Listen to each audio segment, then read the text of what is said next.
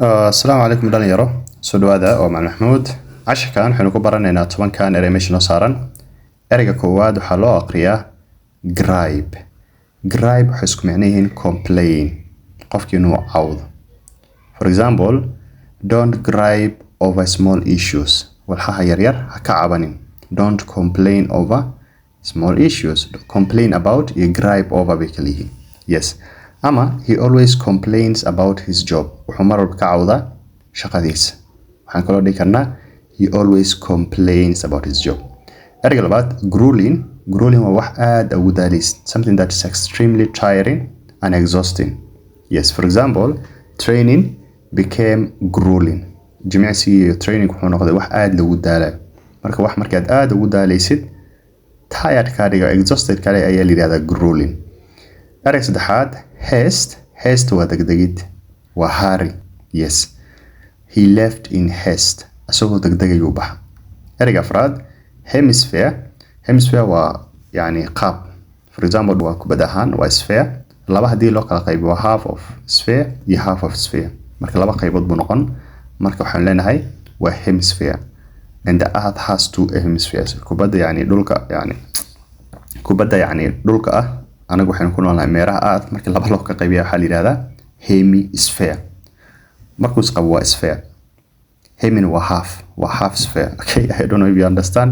ereyga shanaad hybrid waa laba wax markaas ku dartid a mixture of two things tusaale dhirtaan in la isku daro and then hal erey soo baxdo ama xayawaan waa hybrid species hada muul amal baqash waa hybrid of horse and donkey dameer faras baa isku tagay deedna dhexdooda waxaa ka soo baxay hybrid la yiraahdo mool marka waa in laba wax la isku daro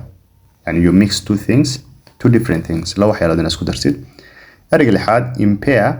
impair waa inaa wax burburisid ama aad daciif ka dhigtid yes for example injury impaired his movement dhaawacii soo gaaray baa wuxuu wax saameeyey ama daciifiyey dhaqdhaqaaqiisa yes marka impair waa to damage ama to weaken something ereyga toddobaad impersonal waa qof yani somebody who is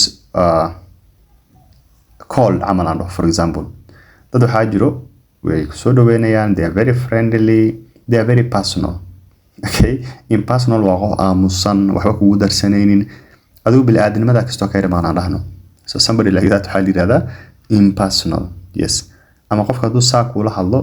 si cold hadduu kula hadlo si hadalka kan ah wax naxariisi bini aadanimo waxba aan la socon wax kaloo dhigi kartaa his tone was impersonal ereyga sideedaad imprint waa saameyn yes ameelina calaamada ugu tagtid yes ina saameysid mise calaamada ugu tagtaa la yiraahdaa imprint hada for example talaabadaada hadii inta dhawqa ku dhex socdo talaaba ugu tagtid that's an imprint yes his shoes made imprints in mud yes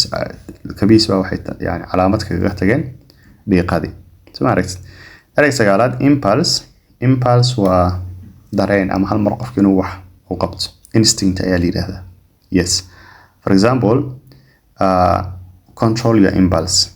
control your desire ama dareemadaada control garay ama yani qofka isagu waxa way inuu out of their desire inuu ficil sameeyo ayaa la yiraahdaa impulse I don't know if you understand ereyga tobnaad u dambeeyo indifferent waxa waayo yani qofka marka uu bilaa taxadari they don't show any interest yes salaha laga yaabaa there is something going on there meeshaas waxba ka socdo asagu yani wax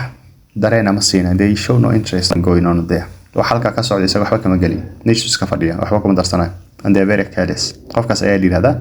indifferent ama hadii kale qof baa yani ambaareen baa u soo jeedinaysa ambaareyntaas wax saameyn ku leedahay malaha ama waxba kama bedelayso noloshiisa ama xitaa they don't show no interest in that criticism marka waxaan leenahay he was indifferent to criticism he showed no interest in that criticism and no concern in